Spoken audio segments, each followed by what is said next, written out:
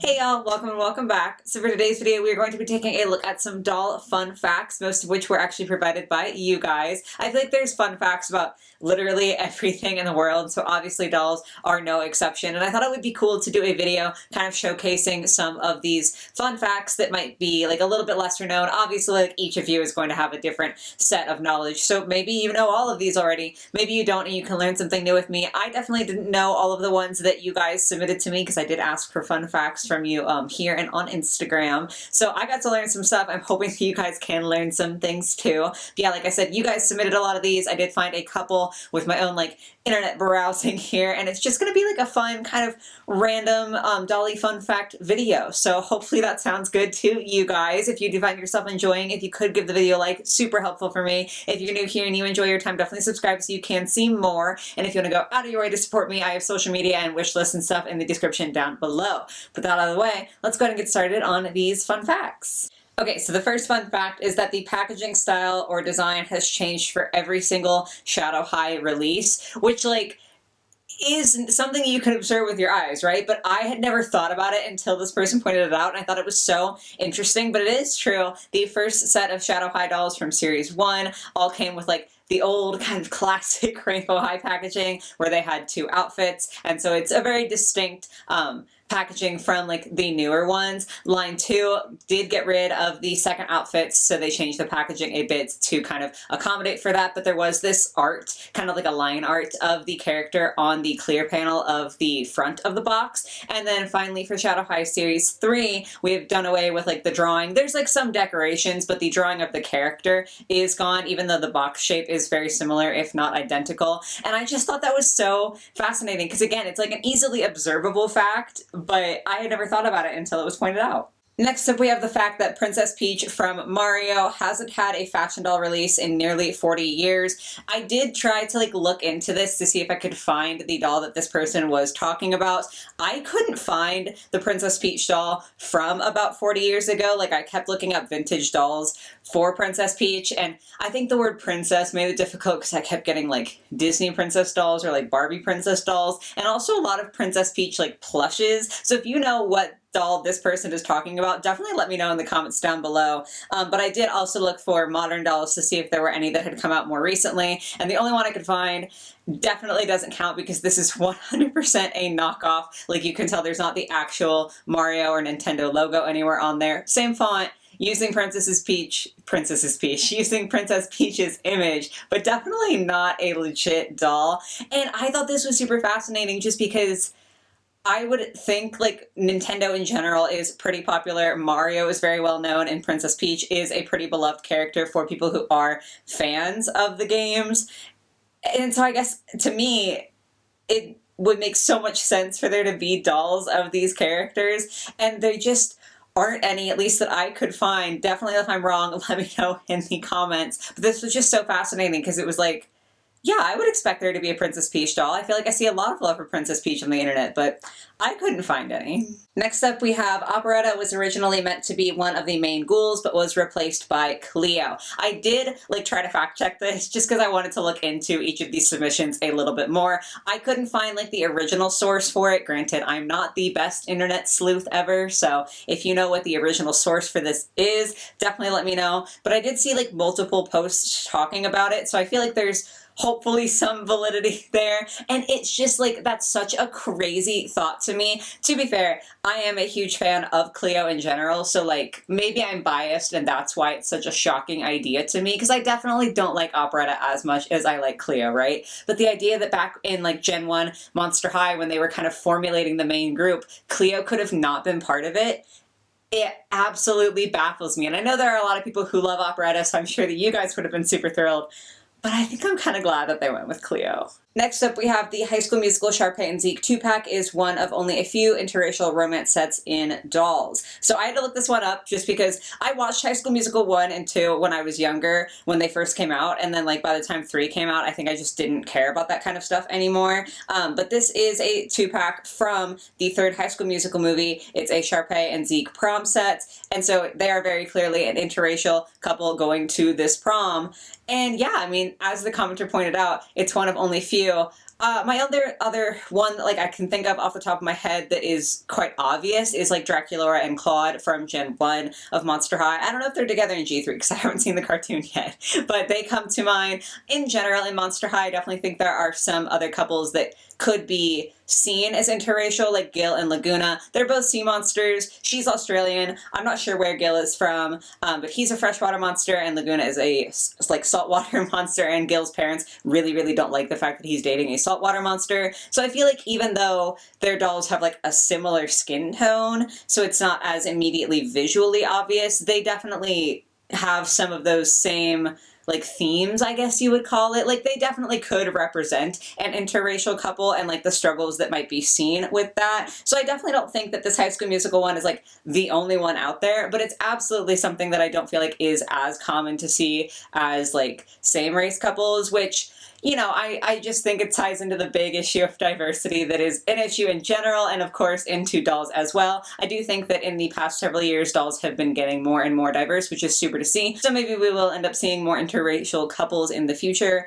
But yeah, this was an interesting one that I didn't know about. Okay, so the next one is like a little bit more of a story than like just a fun fact that I can say in like one sentence, but I do still think it's very interesting. And the basic version is the fact that Barbie kind of led to the creation of the Jenny dolls in Japan. So Jenny is a Japanese doll. I'll put a picture up here on screen for those of you who haven't seen her before. And basically, back in the 1980s, Barbie was like very popular. I mean, she's been very popular for a very long time, but specifically in the 80s, Barbie was popular in so many countries around the world, but Japan just really wasn't getting into Barbie the same way many other countries were, and so Mattel collaborated with Japanese brand Takara to create a Japanese Barbie that would be a little bit different and more catered to that market specifically. Mattel did later like withdraw their license, and so that doll, like that was the Japanese Barbie, turned into Jenny, which I think is really fascinating to see just like how things are interconnected in the doll world. Because right now, like if I looked up a Jenny doll, I wouldn't have necessarily thought about her past ties to Barbie and how she kind of started out as a Barbie, but that is how she came to be, so super fascinating. And next up we have the co-founder of Mattel, Elliot Handler, designed the lighting fixtures that hang in the side halls of the Los Angeles Union Station, which like so random.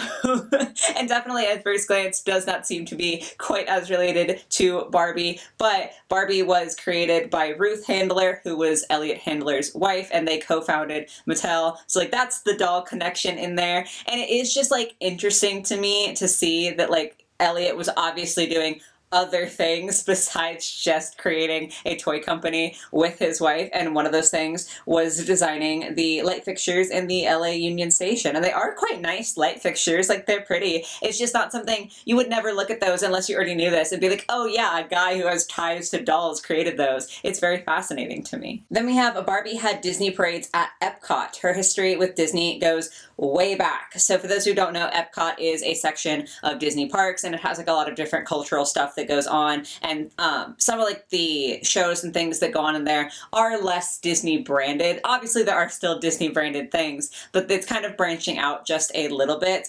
I had no idea that Barbie had ever been involved at Epcot. I think that is so fascinating. The person who submitted this was talking specifically about Barbie parades, and I'm sure that she was a part of the parades in Epcot. That makes perfect sense. But there also was a live show that Barbie put on. Like there was an actress who played Barbie. It was called The Magical World of Barbie, and so that's probably why they were in the parades to begin with, is there was literally an entire show. And it's just super interesting because now in the modern world, I feel like like, I don't associate Barbie with Disney. I know Mattel did recently get the Disney license back so they can make Disney dolls, and obviously Mattel produces Barbie, so there's that connection there, but I would have never guessed they had been so intertwined in the past that there was literally a show and like a parade and everything of Barbie in one of the Disney parks. Definitely not something I would think about today, but it's a super cool, like, historical Barbie fun fact. This next one has to do with hair fibers. I'm not the best about hair fibers. Sometimes it is kind of hard for me to tell,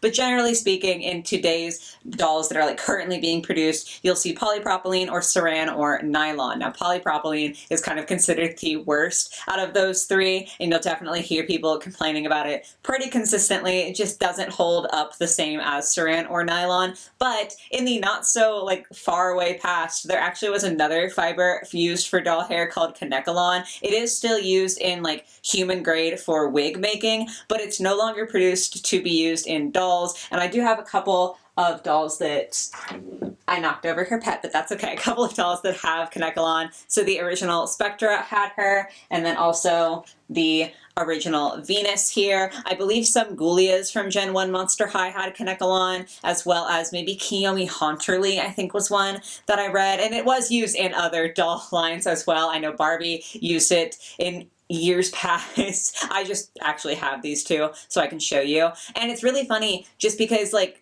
I think if you've been a collector for a while, you might have heard of Kanekalon, or of course, if you know a lot about wigs, you might have heard of it in like that sense of the wig making Kanekalon.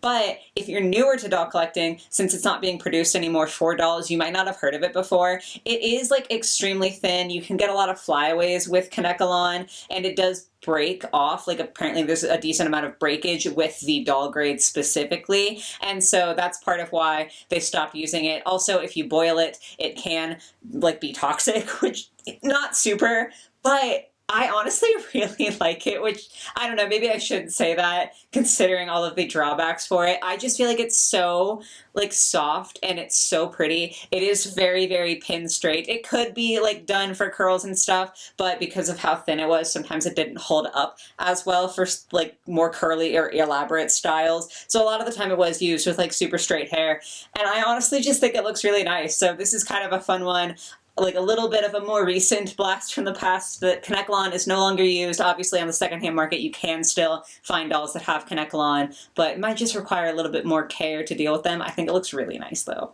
Next up, we have a Monster High fun fact, and that is that Cleo and Deuce's relationship is a reference to the real-life Cleopatra, who Cleo's name is pretty obviously derived from, and one theory about how she died is that she did end up killing herself by letting herself be bitten by a venomous snake. This is like a very famous version of the end of Cleopatra's life. Last time I like did any research or watched any documentaries or anything like that, people weren't 100% sure how this like happened, if she actually died this way, but it's a very popular, like, I don't want to say legend because that's a little bit too high up, but it's a very popular story about how this famous person did take her own life. And so Cleo, being, you know, Egyptian and having the name Cleo, referencing Cleopatra, and then Deuce being a Gorgon, so he has the six on his head, is supposedly a reference. I don't know for sure if this is true, so obviously correct me if I am wrong. I just found this while I was kind of delving the web looking for fun facts, and I thought it was very interesting. I could definitely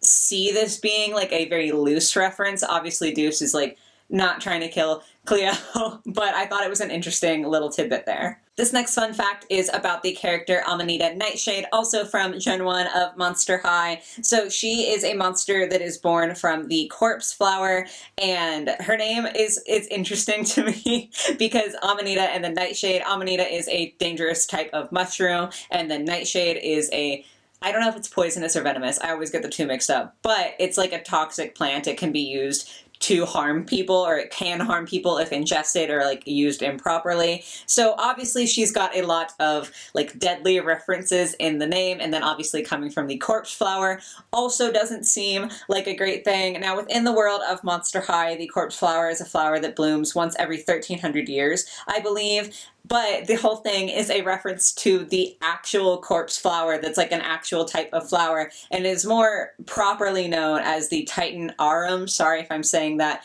incorrectly. It's a flower that is native to Sumatra, and it did, you know, kind of spread worldwide in botanical gardens. I shouldn't say worldwide in the sense that, like, it's not in every botanical garden. It's definitely not like a common plant, but it can be found outside of Sumatra now in botanical gardens. That's just like where it grows naturally, is in Sumatra. And it's a very, very large flower, and it is unique because, maybe unique is the wrong word. I don't think it's the only flower, but at least when I think of flowers, I think of like annual flowers where they bloom every year. And I feel like that would be what a lot of other people think of as well, is like the more common types of flowers. But the real life Titan arum, the corpse flower, blooms everywhere between like 4 to 10 years on average. It can take a little bit less time, or it can take even more than 10 years. So it's not a flower that blooms very often, and botanical gardens do get flooded with guests when the flower is in bloom. And it's so fascinating because the reason it is called the corpse flower is because when it does bloom,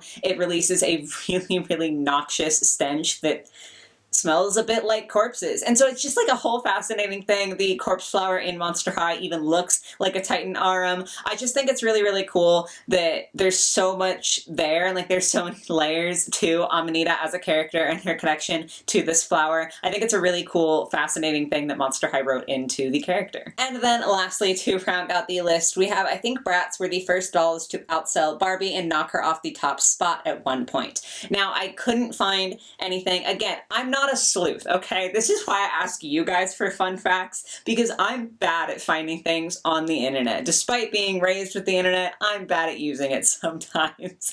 So I couldn't find for sure if Bratz was like the first doll ever to knock Barbie off of like the top fashion doll.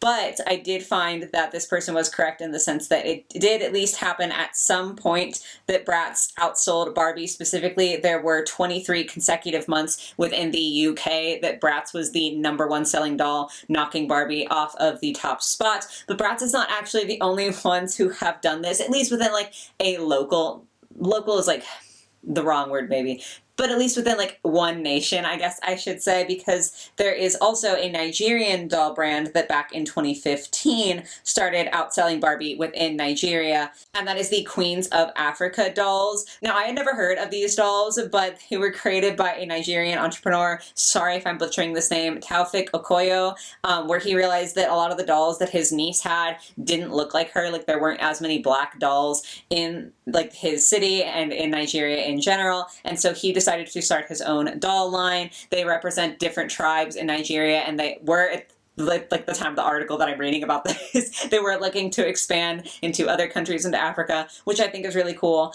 But yeah, so at least within Nigeria, Barbie was also knocked off of her throne as being like the most popular fashion doll by a more local brand, which I think is really, really cool. So again, I couldn't confirm like who was the first. I don't know if there have been other people who have, or other brands that have taken the top spot away from Barbie, at least for a time, but I can confirm that Bratz has done it, and the Queens of Africa dolls have done it, and possibly others as well. But yeah, those are going to round out the fun facts for today. I do hope you guys were able to enjoy this. It was a very different style of video than I normally do, but it was interesting to kind of learn these things that I didn't know before in most cases, and kind of hear from you guys about what fun facts you're aware of. So I'd be very curious to know if you guys learned anything new today like I did, or if you just have all of this knowledge in your brain and I'm a bit behind. Let me know if you also just already knew all of these facts. But yeah, I hope you guys enjoyed the video. I hope you have a lovely rest of your day or your night, or whatever it might be, and I will catch you in the next one. Bye, guys.